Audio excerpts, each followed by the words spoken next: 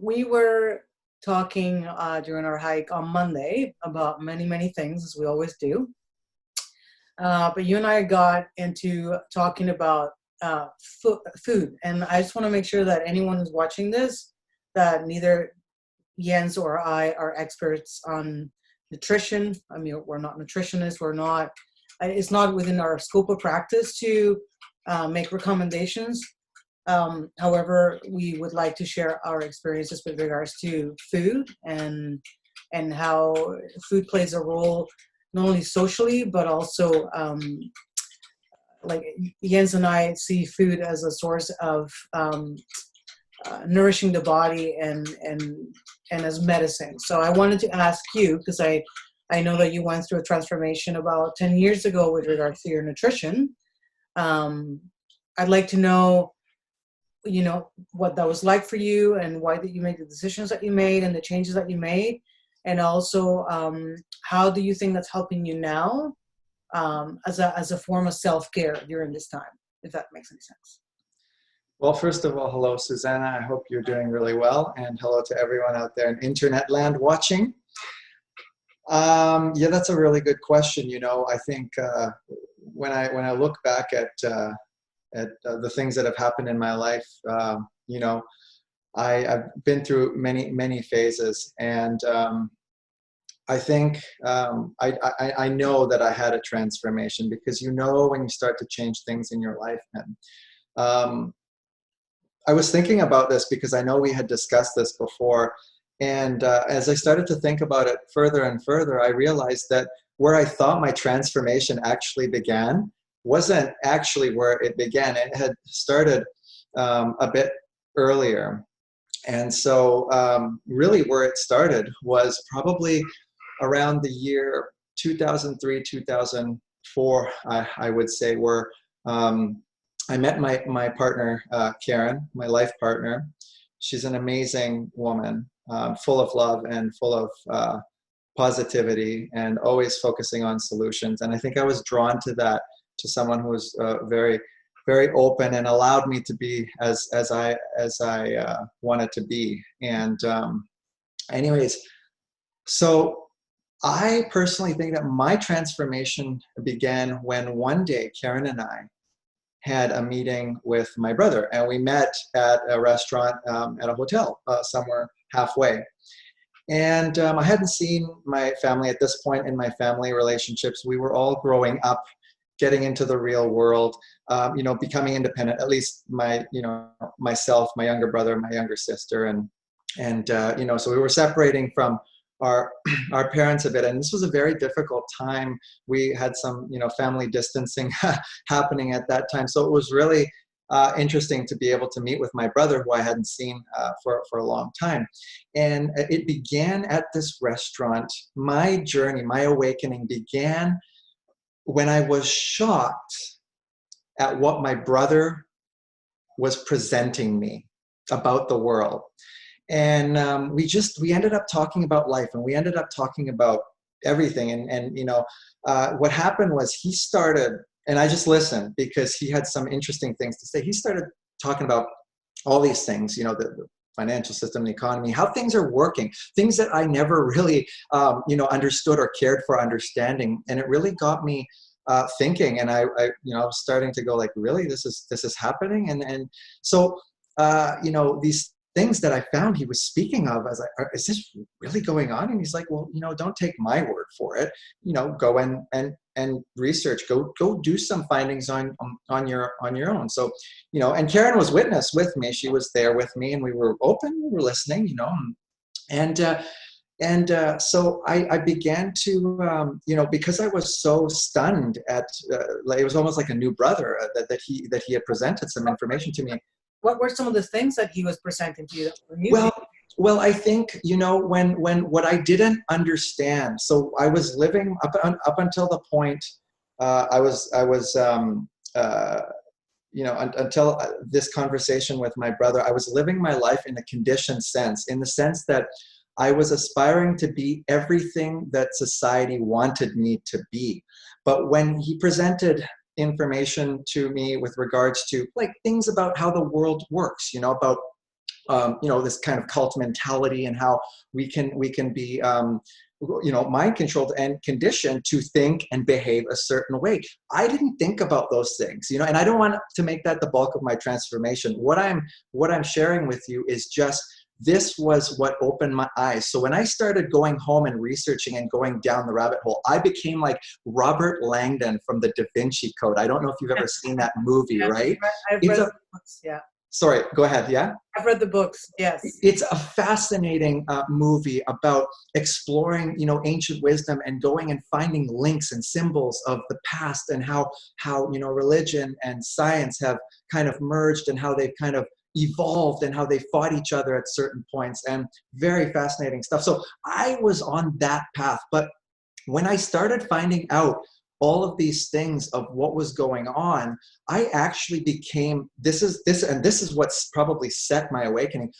I was very angry. I became angry when I saw, when I thought I knew politically what was the right thing. I saw, these countries going to war, when I saw the truth behind closed doors and all these things. So my awakening began with complete shock of this information, and excitement also at the same time to find out more. But when I dug deeper down the rabbit hole, I realized that there was this deep sense of negative energy on our planet that exists. And so I got so upset, Susanna, that I was so paranoid. I was so angry. I was in a state where I couldn't even live. I was like looking over my shoulder thinking people are watching me. I'm like, what?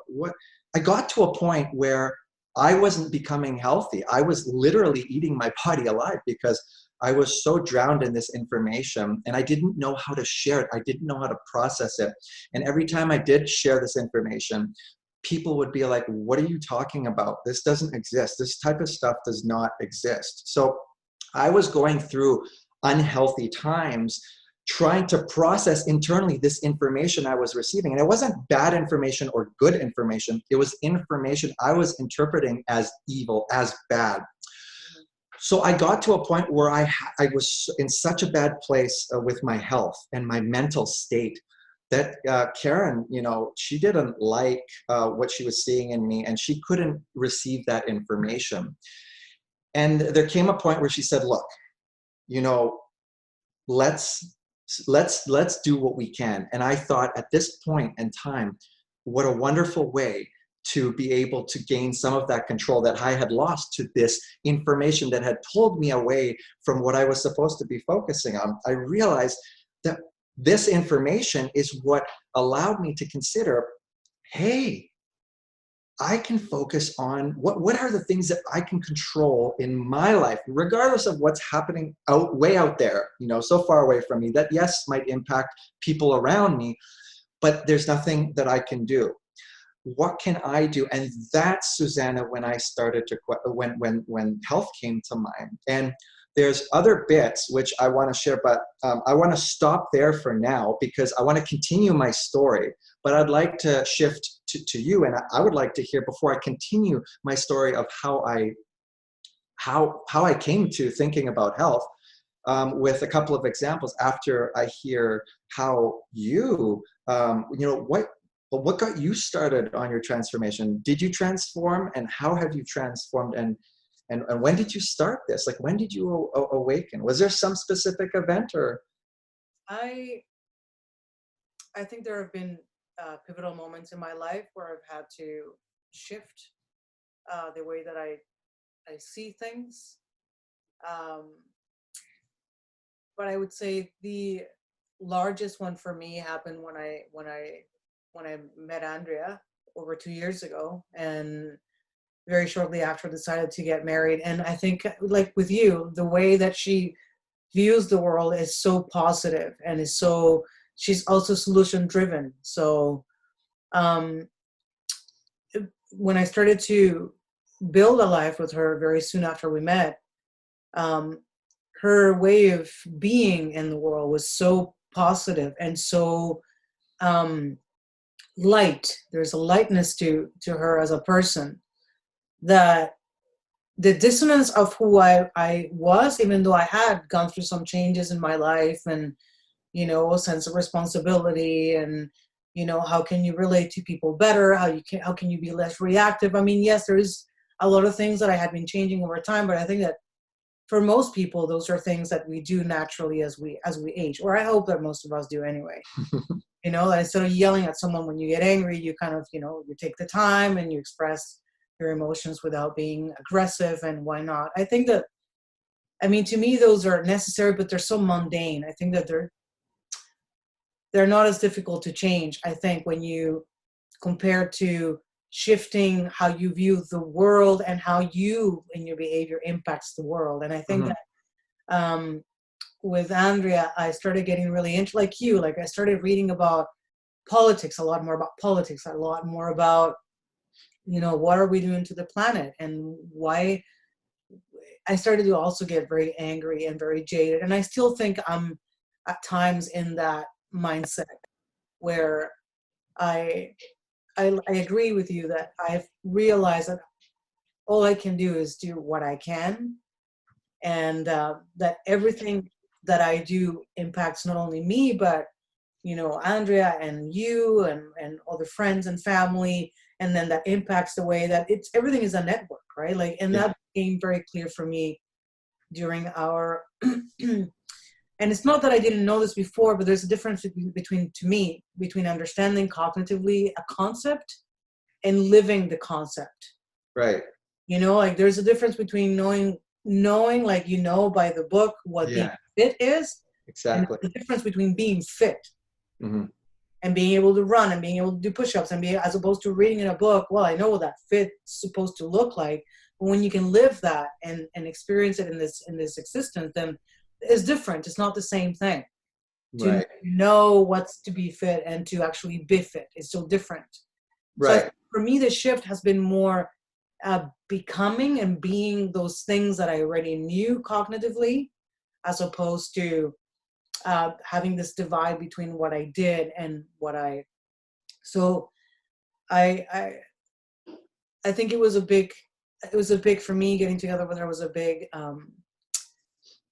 shock to the system, in the sense that I had to really begin looking at myself and doing what I've said that I need to do, not only for myself, but for other people. Hmm. And it inspired me to do it for our relationship and for her, because of the meaning that she has in my life and has had in my life. So um, it's been many years for me, because I've been a spiritual person. I consider to be a spiritual person for many years, but I've also been someone who's trying to be better and get better as a person and as a, you know, as a person. I don't want to.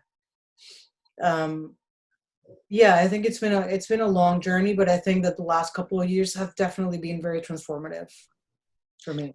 And it seems like with both of us, what we've just shared there is that our partners have allowed us to be, you know, to represent ourselves and to allow, you know, us to be, but also they showed a side of their true selves that has kind of helped us to see who we could also potentially be, like, you know, solution based instead of fear based. I mean, at this point of my journey going forward, like what you said was really, really valuable, is that the experience, you can read books and you can know something, but when you experience something, when you actually do it, you have that experience which is knowledge in action, right? We're physical beings, and that is why we have, I think, these human bodies, is so that we can take our human bodies and we can experience all these different spectrums of emotion. Now, at this point of my journey, if you do, am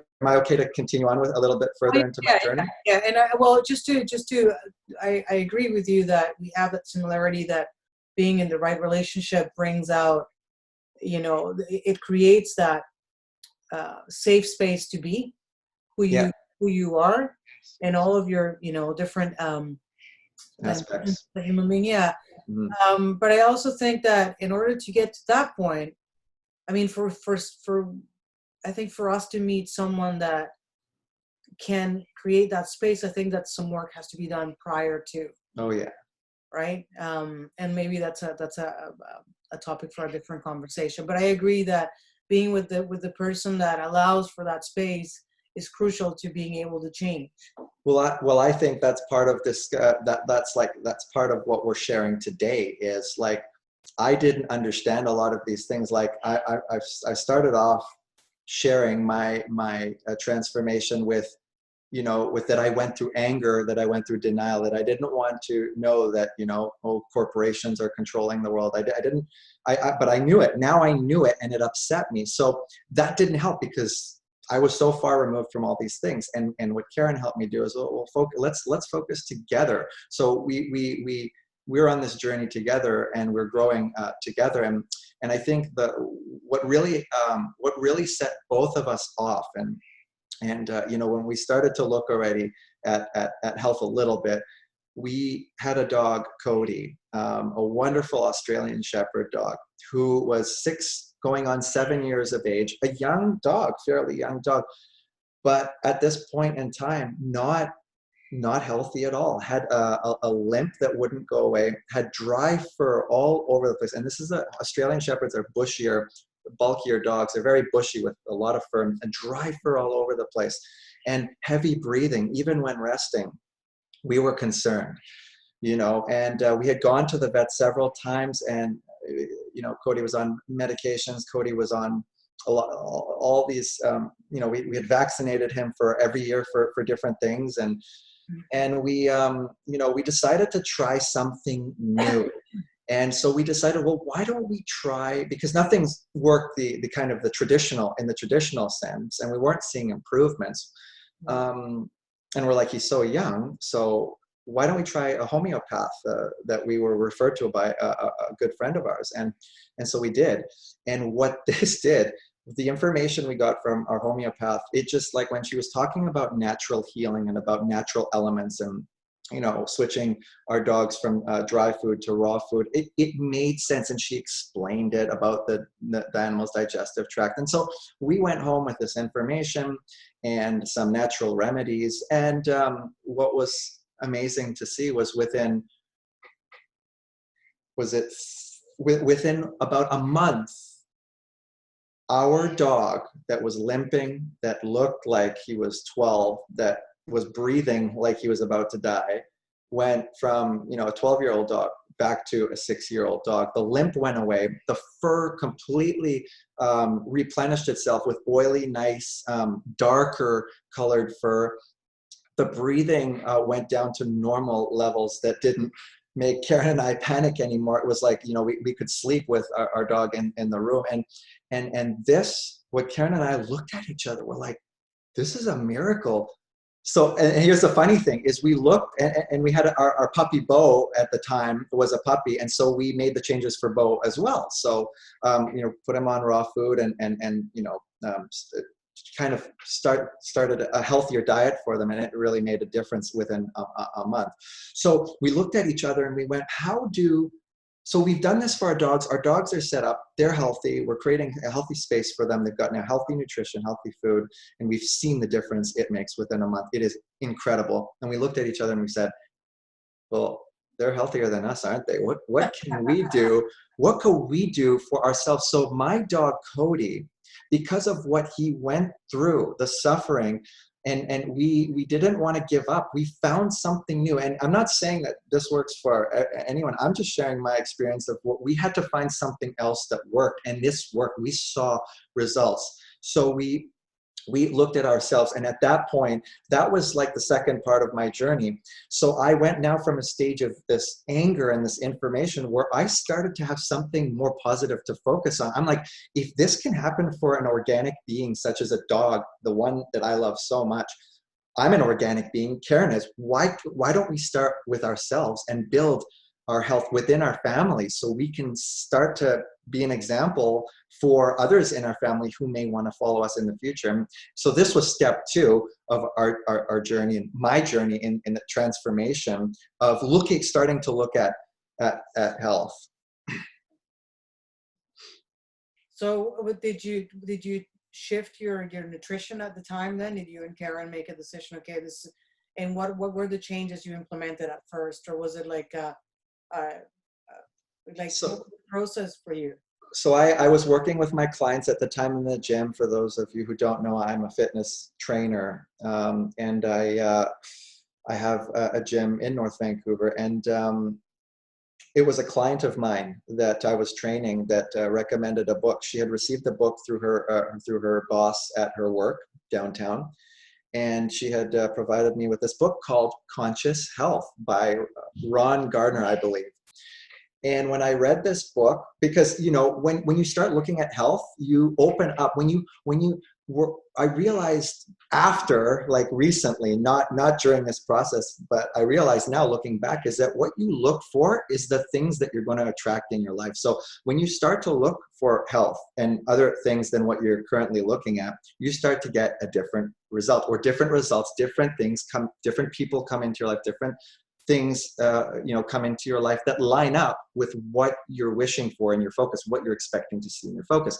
So this book came into my life because I was looking at health, and this book was amazing. I read it, and it made so much sense. It was talking about a natural way of living, and it totally made sense to me. I'd never been taught this in school. I'd never been taught this by my parents. My parents were not really living too naturally. I mean, they had a natural way of life in the sense that they were living like normal human beings, but and some of the food was healthy, but most of the food, that now that I look back at it, was not good, and it wasn't too healthy in terms of the grease, in terms of the over consuming of the meat. But that's, we'll get into that in a bit. But I just want to finish by saying that this book is what really got me going, and it was also what allowed me to share back with clients what I had learned in this book about natural living, the power that health comes from our state of being first. And that shifted my awareness when I realized that we're not a subject to our health, that we can change our health, that if we change our minds about a thing, we change the way that our cells work. And my next step in my journey of awakening further was realizing, well, how do I get my cells healthier? How do I work with my body? Because at this point, I was drinking heavily socially, I was over consuming meat, and I was I never smoked. I never really liked that at all, and I never really liked drinking, but I did that. So that book got me motivated, self-motivated. It didn't tell me to quit any of those things, because it actually, that book taught me is, if I'm addicted to certain foods, is to not remove the craving, because that only enhances the craving, but to add something healthier first, and then when you eat that healthy bit of, let's say, like an apple, then the Oreo cookie or whatever that you were craving before isn't as much of a craving, because your body has already had the apple. So when I started to apply those things, okay, if I'm gonna do something like drink alcohol, I'm gonna have a smoothie first, or something like that, and it it actually works. So I was introducing gradually new foods, healthier foods, more food. So if you want to know what, because you asked what were the things that I was doing, it was shifting to a more plant-based diet, a more light-based diet, vegetable, fruits, and still grains even today, but in certain ratios and in certain ways that work for my body. Mm-hmm. So did you eliminate meat completely back in, whenever you read the book 10 years ago? When was it? it would have been probably, when I met with my brother, 2004, probably this huge 4-hour conversation in a restaurant. I think they wanted to kick us out, but I think it would have been 3 years later I read the book. So 2007, this was after Cody would have healed. So this was after we healed Cody, and I got this book into my life, and now I was moving forward into the next phase of my life, which, by the way, wasn't easy. It wasn't easy witnessing Cody go through this. I thought he was going to die. Karen and I thought he was going to die. So that's not easy. I'm making it sound easy now, but it wasn't. It was a horrible feeling to try to figure out how to get him better. But it worked, and we saw results. It was not nice listening to my brother. I didn't want to listen to him. I wanted to turn away. Now, what was about to happen next in my life blew me away. My mom went through cancer. So here at the same time, that my mom is going through this cancer. I'm, my mom's going through cancer. I find out that's shocking, but I stick on course with health, and through that process, this would have been in 2008, 2009. And now I've read the book, I've read other materials that correlate with it. I'm building my energy with regards to, and there wasn't a lot of it around. You have to understand that I stopped drinking, but when I went to events with people, people were like I felt kind of judged for not drinking because everyone else on the table was drinking at these like corporate events or at whatever, just these events. And so I had to deal with that. Also, people would I also stopped eating meat, and I people would also start judging me for how can you live like without eating meat? Don't you need to eat meat? And I was going through this transformation, so it was difficult for me at the time because I was detoxing. I felt low energy. It took me 6 months of not eating meat, not drinking alcohol, to actually achieve stable levels of energy again and to get out of that lethargy. But in the book, that book that I read, Susanna, it said that if you feel this at this point where you want to quit and you want to give up, don't give up. Keep going, because it means you're detoxing. The lethargy is being used for the immune system. The energy is being used for the immune system to clear and get rid of any toxic chemicals that are lodged and stored so deeply into your body that it's using all the energy for that and not providing you with the physical energy. And I thought, okay, then I'm going to keep going. And I did, and my energy had stabilized again. And then at that point, I built confidence in my health that what I was doing, even though I needed the discipline, even though I needed to go against the judgments and the views of so many other people, I observed those judgments, and sometimes I felt, maybe I should let go. But a part of me felt that if I go back to the way I was, I wasn't going to feel a difference in my health. When I stopped drinking and eating meat, the two things, Susanna, the two things that I felt were greater clarity and less temperamental. I wasn't as angry. I wasn't as easily triggered. Those were the two biggest things. With that clarity, I started to see visions of my health. I started to see visions of freedom. I start to get these visions of clarity, of a sense of how I can operate more efficiently within my household, within my community. And that's when I saw it was also making a difference. It's my clarity from not being bogged down by the greasiness and the hungoverness, or whatever you want to call it, allowed me to be lighter, to feel lighter in the body and also lighter in the mind too. So those two things alone for me personally really helped to continue on my journey towards greater health. And it didn't stop there. That was just another part of it. Right. Yeah, it's interesting. For me, as I shared with you, I started to eat plant-based only as of October of last year. So it's a new experience for me. I had tried in the past to do it, but I think that the one thing that I have had to work on is changing my relationship with food. Interesting. Being a female and being born in Latin America and being a musician in Latin America, so being on stage, I never really saw food as fuel. And being in the fitness industry, I saw it as fuel to achieve a certain shape or achieve a certain state of performance. Yeah. So to the point where when I was 18, I developed anorexia. When I found fitness and I realized that I could lose weight, and I went to the extreme, and I rejected food, and so it's been my journey with food has been a very long one, and it's been a very difficult one, because I think that looking back, my mom was very much an emotional eater and was constantly dieting, constantly on a diet. And I was actually, when I was when I was 7, it's going back so long, but I got to be quite chubby. Like I got to be quite and when you look at the pictures, I was a kid, so I was a little bit of a heavy kid, but I was not an obese kid at the time. So my mom at that time decided she was going to take me to a nutritionist, to put me to a dietitian, not even a nutritionist. Okay. So my first diet ever was when I was about 6 or 7 years of age. Wow. And and it was a very I mean, looking back at the time, I didn't know anything. Like, I didn't know, you do what your parents tell you to do. But I was very shamed for not being slimmer, or for not being like my cousins, or so that started what I consider to be a difficult journey for me with food and nutrition.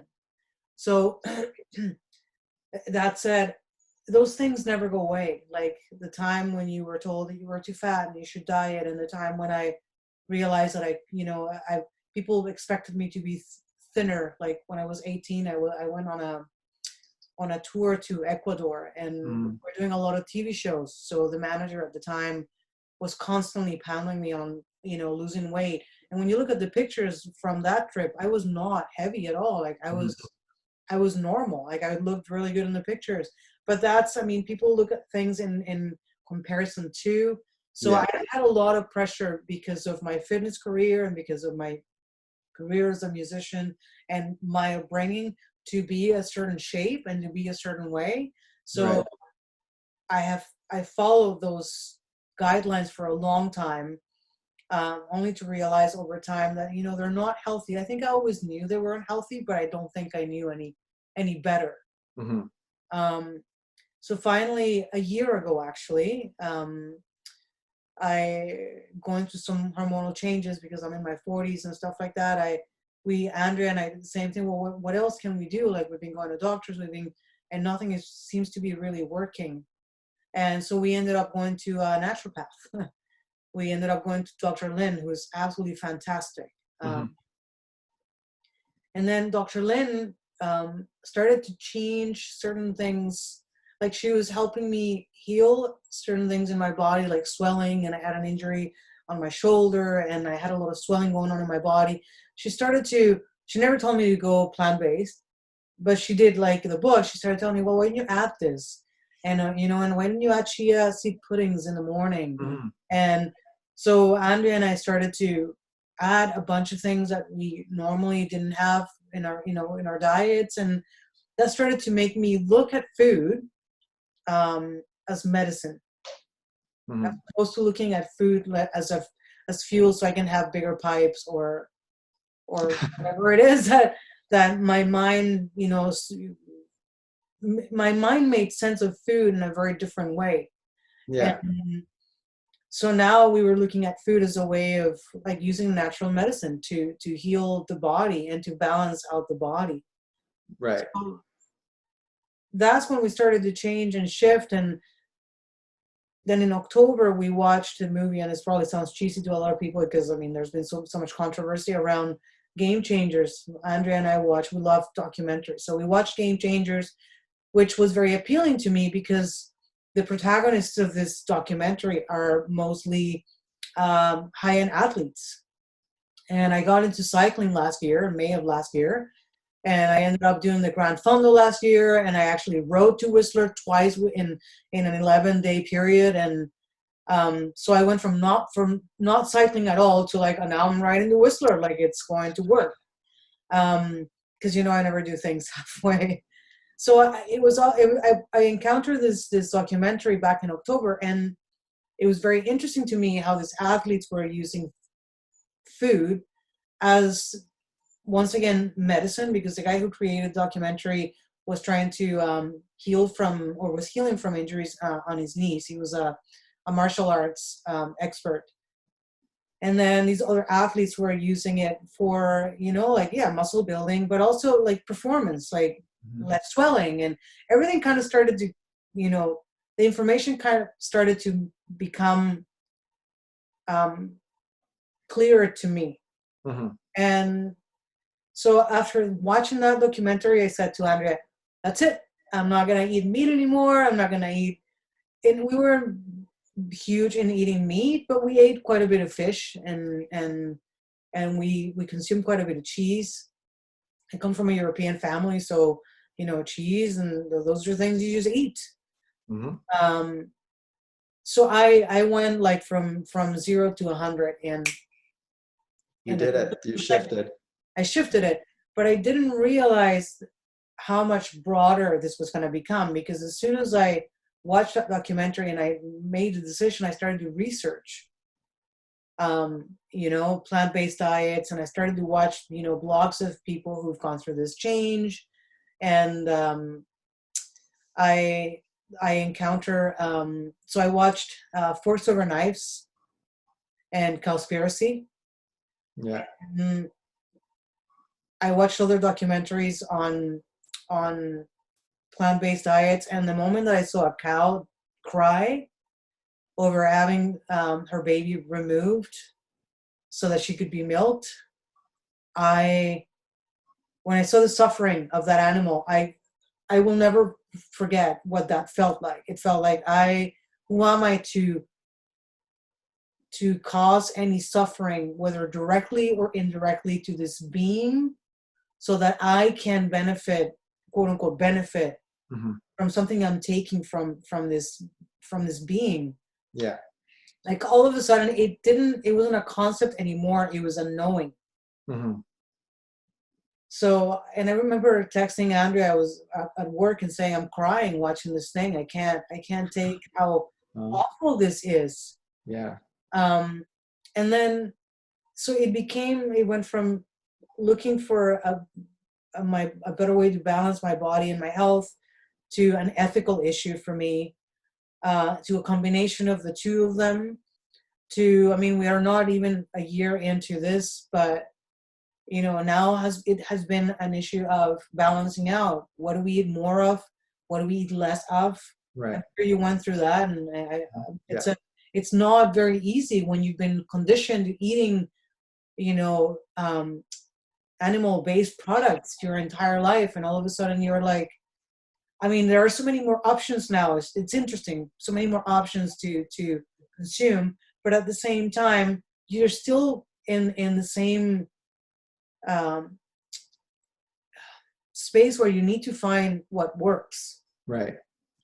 Um, it's like medicine. You can't take too much of one medicine. You kind of have to balance what kind of medicines you're taking. Right.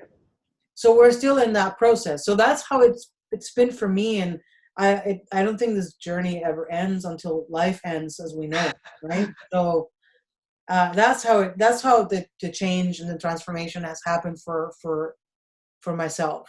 Wow, that's amazing. Yeah, you touched on, you basically summarized the whole thing on our relationship with food, and that's a lot of us don't see food as a part of ourselves. We see food as just some material things that give us taste, give us pleasure. And a lot of the times we don't realize that our food has been altered in many ways to give us taste and pleasure. And so we become addicted to the taste and the pleasure of eating food, that food becomes something we take for granted, more of it, tastier food, and again and again and again and again. While at the same time, we overconsume within our bodies, and our bodies have to deal with those altered foods, chemical components, and maybe the toxic levels from the preservatives and the act of over processing foods.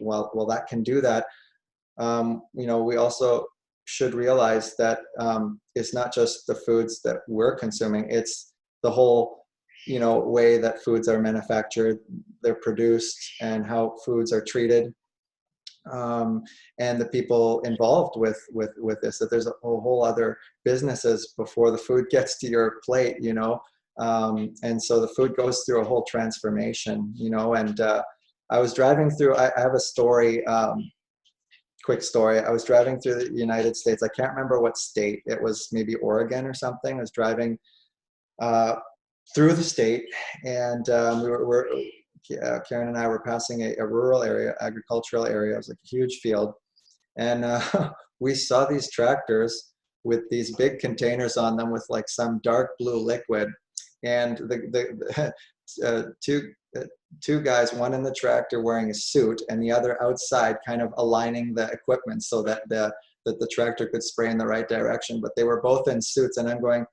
what the heck are they spraying on these on these foods that we're eating if they're wearing suits, and I might be putting this into my body? So it really also made me aware of the other stuff than just food is, it's like, how is food prepared, and is the food prepared with love? Is it Is it, has it been treated with love? Because when we consume that, we consume also the fears of that food, or the how that food was treated energetically, right? And of course, one could say, well, no, but a lot of people do say that food made with love, there is some sort of a difference in the taste. I've heard people say that before, and I've heard people who cook say that to me before, and I feel that. I'm not a cook, I'm not a chef. I cook occasionally. So there's a whole bunch of things there, even from how we cook the food. If we overcook the foods and we denature the enzymes, we render them useless. Our body cannot absorb them when they're overcooked anymore, and that becomes can become highly toxic within our digestive tract. So do we cook to the right temperatures with the right oils that we can release the enzymes and all the nutrients into the liquid, so we can taste that and also have it a little bit more absorbable than we overcook? So how we cook, and also, for example, even like with regards to microwaving foods, people still, some people still have microwaves. The first thing when I found out about microwaves is that it radiates our food and basically destroys the chemical composition of the nutrients, rendering the nutrients useless to the human body because they've been denatured. I was like, what are we doing with a microwave? I looked at Karen, and I threw it out, and she at first was, like, why did you throw it out? Where is the microwave? Like, come on, bring it back. I'm like, sorry, I threw it out. It's not coming back. It's not down in the garage. I actually threw it out. And then we lived without it for a bit. And then, she started to read up on microwaving foods. And yes, it's a quick fix. You can do it in 2 minutes. But why destroy the nature when we have a much more beautiful ways of releasing the enzymes and releasing nutrition into the foods by certain, by certain processes? But, it's just finding that balance, right? Yeah. Of how and what works for the body, what doesn't. And the only way to know what works for the body is to become healthier, because when we become healthier, we become more sensitive to our body. So our minds are more consciously focused on the inner sensations of the body. Like, for example, if I eat something today, and I wouldn't choose to, because I know which foods, but let's say I decide to eat like a creamy cake or something that I know, right? It's got icing, sugar, and stuff. And certain oils that, like palm oil or kind of canola oil, then I go to the bathroom right away. It just, my stomach feels so gross, and it just comes out like right away, and it hurts. It's uncomfortable. It makes me feel sick. So my body, and in that way, it's my body telling me, no, that you've picked the wrong food. My body doesn't resonate with this food. So I'm looking now to foods that resonate with the vibration of my mental state. If I want to experience love, I have a physical body. Am I putting love into my body? Am I nourishing my body with fruits and vegetables that are sitting in the sun all day long and receiving this beautiful warmth from the sun, where I can take this energy and I can just ingest it and turn it into mechanical energy for my cells to work. And that's what happens, So it's very interesting to see how we view, like what you were saying, food as a relationship. So if we're addicted to foods, that's why it's hard to get out of the cycle, because there's some comfort foods, and those comfort foods can make us feel worse, because worse is the normal. It's how we deal with it. It's comfortable temporarily, but it doesn't solve the root issue. The root issue is never what the result we feel physically. It always starts with an error in thinking and how we perceive ourselves and how we perceive our external environment. So if we have low self-worth, if we have low self-esteem, of course we're going to eat low energy foods. We're going to cling to that because we become more materialistic. We become more, I need to feel something, and even if it's hurting my body, I just need some satisfaction because I'm feeling so much hurt in my life right now. I might be going through relationship issues. I might be struggling at my job, and food is the only way that I can comfort myself temporarily. Meanwhile, we're gaining weight, we're feeling not so good. We're not tuning our body to match the frequency of what we truly want. Nobody truly wants to feel sick and wants to feel low self-worth, low self-esteem. So yes, to finish what I want to say is food is linked with our mental state. And when we adjust our mental state, we start naturally eating healthier. It doesn't become a craving anymore. It doesn't become an addiction. When we start to think healthy, and when we work on a little bit of discipline to like you said, start adding healthier and healthier things in, it's easier. It doesn't have to be cold turkey. I did it cold turkey, but I also wanted to challenge and test my discipline. For most people, that may not be the case at all. Most people may need to go bit by bit, step by step, and slowly seeing the results and the changes, so that it's more there's a higher success rate. Yeah, I also think that we underestimate the intelligence of the body. Hmm. This body we've been given, which I think a lot of us have taken for granted many times. So I think that because of the way that we're being programmed with regards to foods and what's good food and what's bad food, we also struggle with finding what's the right thing. But the body, like you were saying, will tell you what's the right thing by how it reacts to it. Mm-hmm. Right? So like for us now, like for me, my sense of taste has been enhanced. Mm-hmm. So if something is too salty, it feels 10 times saltier than it would, a few months ago. Or sugar, like if something has too much sugar, my body will go like, oh, that's just really sweet. And even my wife would say, I'm putting the same amount of honey that you've had before. And I'm like, well, let's take that to half, because it really, my body can now. Wow. So I think that for me, it's been important to understand how nature benefits me by giving me things that I can eat and fuel my body, and Right.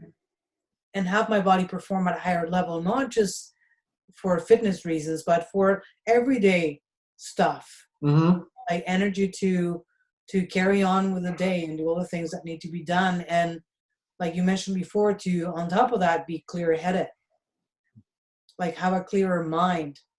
um I did. I don't know if this is this. I just thought of this, and I'm just going to share it. I did my yoga teacher training back in 2014, I believe it is now. Wow! And we had a bunch of teachers come from different, and they had different disciplines, and they followed different kriyas. And kriyas is different cleansing methodologies. And Mm-hmm.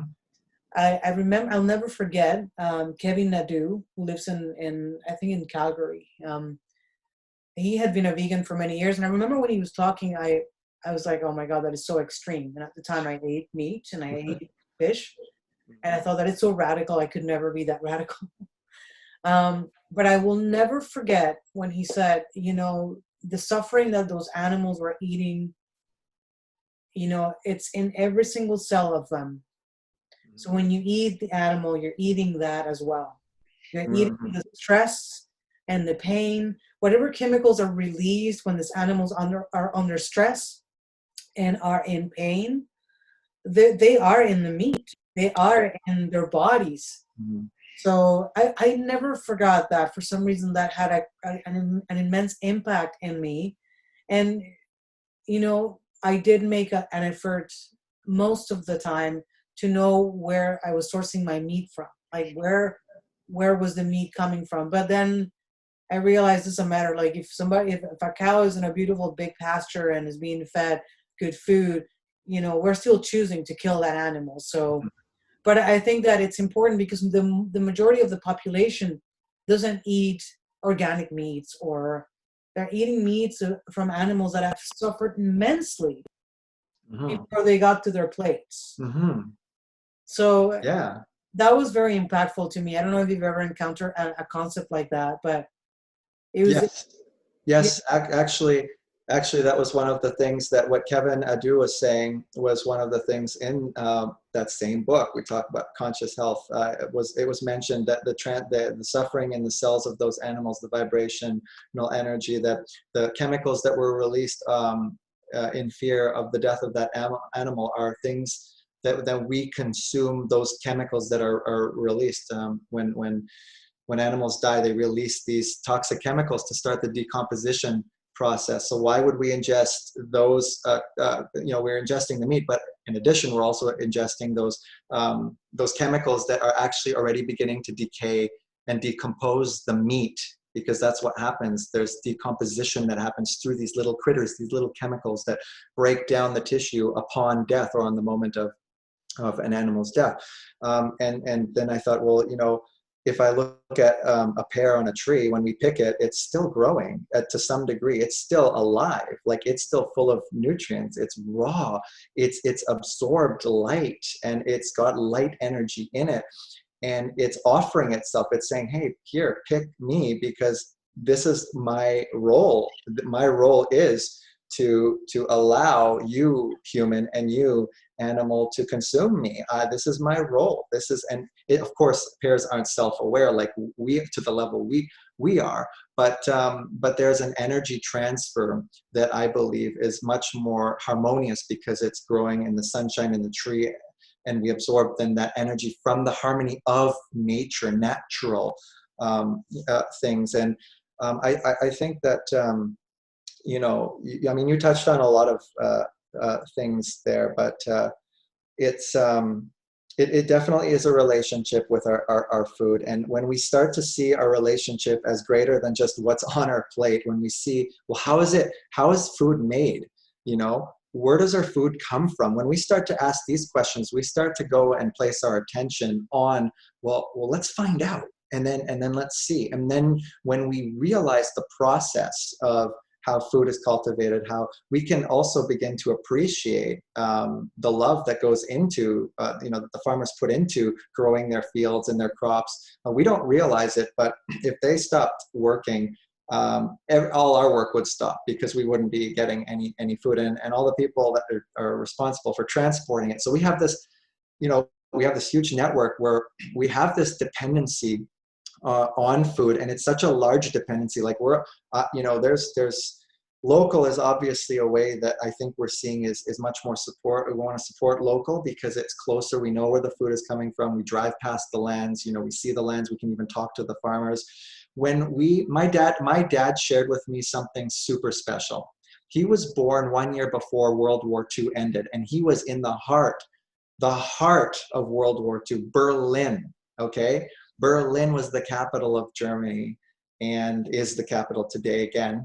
It shifted after the World War. It went to Bonn, a different city, and then now it's back to Berlin. But so you can imagine that my family back then had to run what they had to run away from and how they had to survive. But he said they lived on a farm, and he learned to appreciate food in a different way, because he was in direct contact with the food he ate. And he told me, he said, we had sometimes no other options for food. He was so sad when his father would kill an animal, or he was a butcher, and he would, but he at least he saw that, like you saw those videos, to see that, and so he felt that pain, and today still he even felt sad for the animals that when he was growing up, when he was 10 years old, and he sheds a tear going, I miss my animals. We had to leave them behind because we had to leave the city, because the city was going to be, the Russians were coming in, the Americans were coming in, and everything was just being controlled a little bit more. So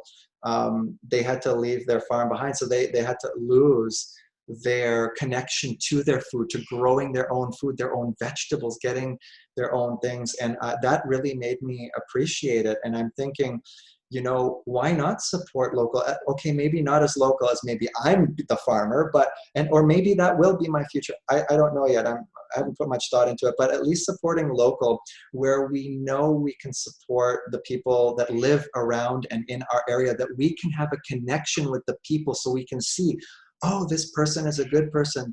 They're passionate about what they do. So they're probably going to put their passion into cultivating the food, taking care of the land, taking care of the animals around that land, taking care of the food that we will consume. So our relationship, what you said, goes so much deeper than just our personal relationship with food, but it's our relationship with food to how it even begins from the very beginning. So I think that's something that when we open our eyes to, it'll just expand our consciousness and expand our knowledge on where food comes from, what we're eating, and then consciously, well, we can make a better choice. Like, do I choose to put this food in my body because I know where it comes from, how it's been treated, and who are the people that are treating this land? Are they treating it cruelly? Are they taking care of it? Are they stewards of the land? Are they stewards of the animals? Or are they making animals suffer? Are they destroying the lands? And then we can make our decisions based on that, which in turn makes us feel better when we eat that food. And this is, of course, all my concept of thinking and my way of thinking. It's not there, it's a truth or not. It doesn't matter. But for me, I like to see it that way, because for me, it's a very positive way of connecting to my community. Yeah, I agree. I agree with you. Andrea and I are very much local business supporters for sure. As you know, you being a business owner, I was a business owner until last year. It's crucial for sustainability as well. Mm-hmm. Not only at a level of connections, that to me is number one, but also at a level of what's sustainable, what can we sustain. And I think that quality small businesses, keeping those going, it's way more sustainable and healthier for the planet. Like, if we're going to look at it at a broader in a broader level. But yeah, no, I definitely agree, and I agree that the relationship with food. I think that the first relationship that needs to be healed is the relationship with food personally. Mm-hmm. I think until that work at least doesn't begin, thinking of the relationship with food at a different level is going to be almost impossible, if not impossible. I think everything begins with oneself. Like, everything that we're talking about begins with a personal shift and Mm-hmm. personal transformation that you and I were talking about. It begins with oneself. And Exactly. I think that the only way to change our relationship to the environment and our relationship to anything beyond ourselves begins with what do we do to be healthier ourselves, because otherwise we don't really have the mental clarity and all the enhanced senses that allow us to see past our own world. Right. And can I add something to what you said? I just want to elaborate a bit more on what you said. You said something. You said so many wonderful things, but this is something that I just want to shed some more light on, about the intelligence of our cells, the intelligence of our human body, to be able to recognize that. How to process the foods, how to take in the foods, how to separate the toxic stuff from the non-toxic stuff. And I think that's the key here. What we also need to consider is that the body works, from what I've experienced myself and also what I've read, is the body works and allocates. It has a set amount of energy that's constantly flowing in it. It's like you can measure it even through electrical currents, electromagnetic frequencies. You can actually measure the power that is emitted by the body. So we are actually like a power source. It's pretty fascinating. And but this kind of power source, it's like there's a set amount that is constantly flow. There's a steady state of flow, and our body, through obviously through our minds, will shift the focus, which shifts the allocation of energy. So for example, let me give you an example of what I mean, so people also understand a bit more in depth. Is that, like, so when we have let's say we have a bacterial infection, and we're dealing with a bacterial infection. So the focus of our mind is to heal that. So our immune system goes up, right? Sends out antibodies, T cells, all these things to suppress, destroy, remove the bacterial infection, to get it under control. so that a normal homeostasis and a balance can be met. But while this infection is going along, while the body is healing and allocating most of its resources for healing, let's say, I don't know, a bear we're in the woods, right, just going for a walk, and a bear comes out. All of a sudden, we're being chased by a bear. Let's just say, okay, I'm not scared of bears, but let's just say hypothetically, a bear chases us. Now, the body has to decide, the brain has to decide, and it's not a decision, it's a reaction. The body naturally, it's a natural instinct, will shift to allocating all of its energy to the muscles to run away or to remove oneself from the imminent physical danger that could be present by, let's say, the bear. So what happens in that process of focusing on that is the energy now for the for the immune system goes way down. So the energy that was used for that is now placed somewhere else. So if you can envision the body as a steady state of energy that is just constantly shifting, by shifting our awareness, we actually can shift the energy of where we place our focus. And when we realize that, if we're always in a state of fight or flight, that's also what can activate us, that can cause that reaction to eat more foods. And if we're eating more foods that are, like, let's say, have more preservatives in it, taste enhancers in it, those are chemicals that need to be what am I trying to say, deciphered, or they're supposed to be removed so that it can take the healthy nutrition into the body and remove anything that doesn't serve the body. A nutritious value can be removed by the body. And that's the immune system. The immune system is so intelligent. It's actually, the immune system is clearly linked to our gut and our brain, and what happens in the gut and what happens in the lungs, there's a direct connection there. So the brain is always responsible for shifting the allocation of energy. But if we're stuck, if we're allocating energy in one place, but we actually truly need it in another place, the bear could be 2 minutes and we're out of that. That threat is gone. Then technically we should fall back into a normal homeostasis where the energy can go back to healing the bacterial infection. Now, think about what that does with food. If we're always eating food, the body is allocating its energy to digestion. And we're constantly having to digest, constantly. And if it's not the healthiest food, we're constantly now having to, the body's constantly having to detox. Whereas if we eat foods that we believe are a healthier step than what we ate before, at least we're giving the body an easier, more efficient time so that it can absorb greater nutrients and spend less time removing toxic chemicals and separating that. I don't know if that makes sense, but that's the intelligence of the human body, what you were speaking of. Yeah, no, it makes total sense. That's actually in addition to what I was saying, which is great. I think that my hope is, just like with religion, I think that everybody has to find their own path with regards to what works for them. And as you know, like, we've gone through different stages in our own lives where we haven't done the things that we're doing now that align with us now. But I do hope that we begin to shift the way we see fuel and we see food.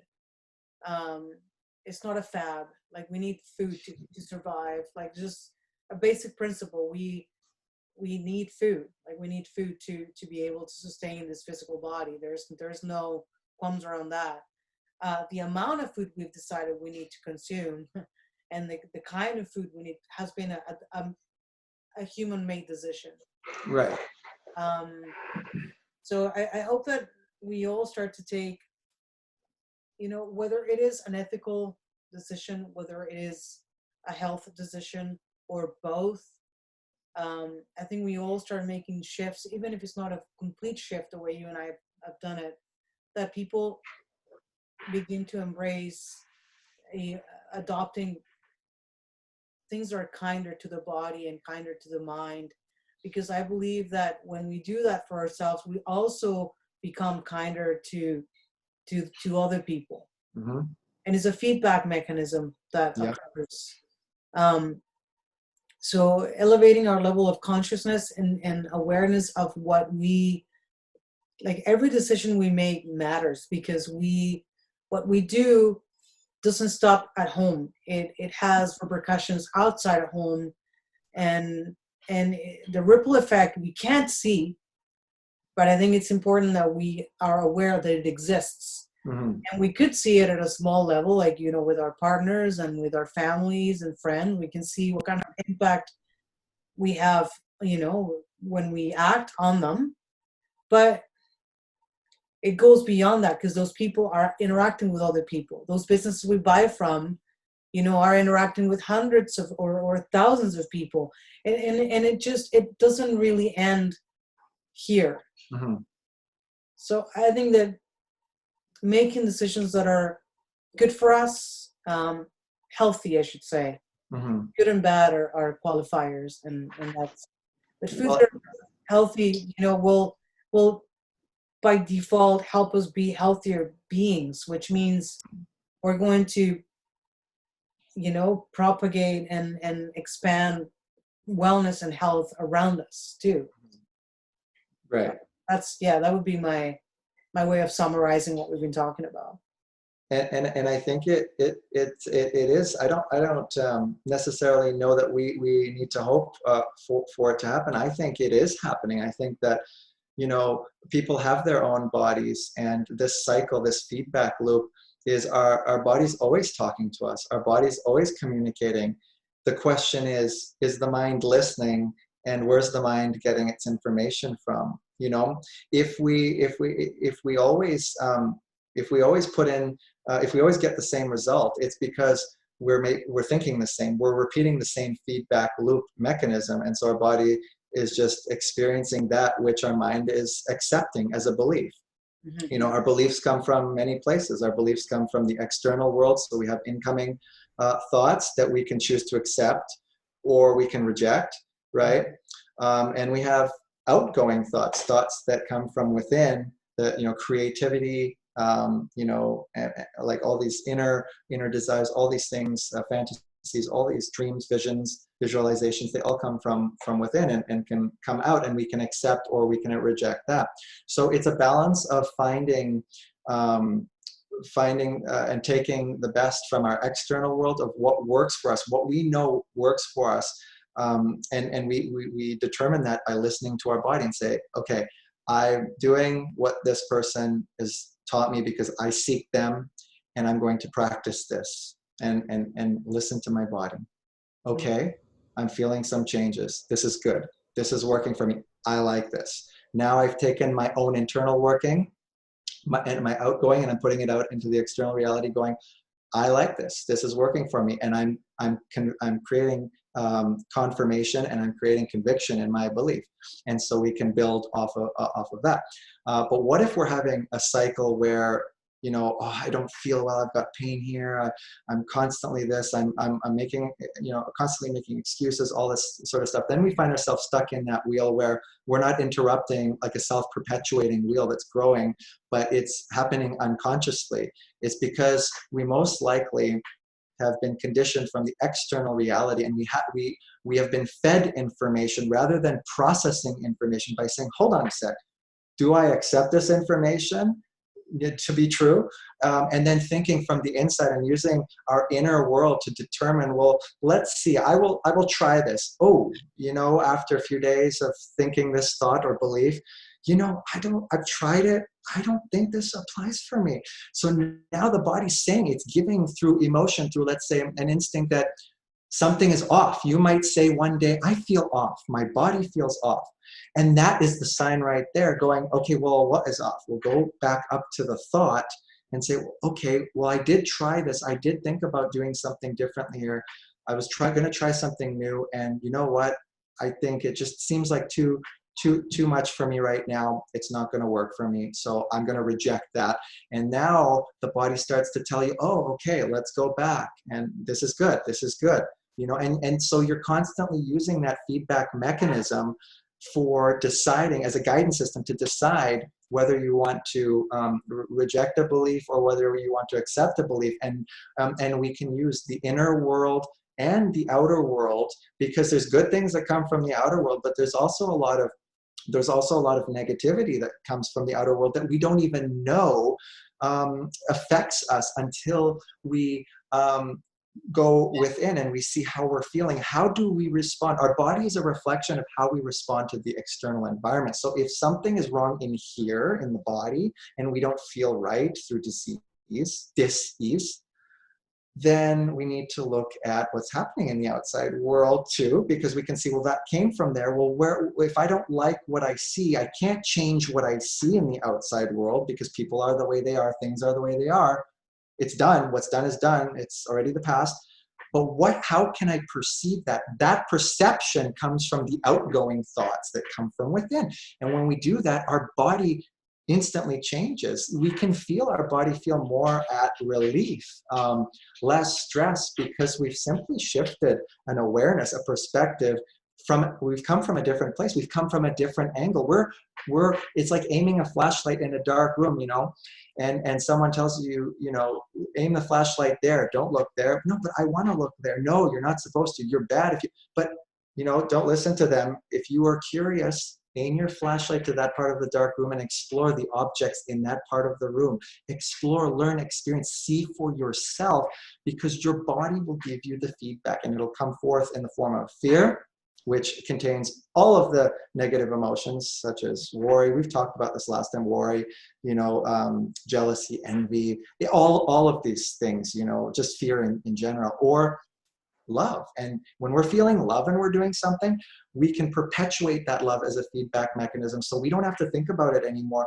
Our brain is now naturally looking for the positives in the external world and for the positives from the internal world, because we've trained our brain to see the positives. So that loop, so now we're automatically, when things start to happen with flow, it's because we have reconditioned through the process of awareness our brains to choose to accept information that will serve us a purpose and will serve humanity a purpose, and not destroy and create suffering. But this takes conscious work. Mm-hmm. That's difficult to do. It's very difficult to do, as we know. Yeah. But food helps. Food helps to clean consciousness, to rid the body of that weight, of that excess, to shed some of those fears. Yes, agree, totally agree. Well, it's always so great to have these conversations with you, Jens. Thank Great. you so much, Susanna. I love having these conversations with you and exploring the furthest reaches of the universe with you. And I wish you all lots of love, and until next time.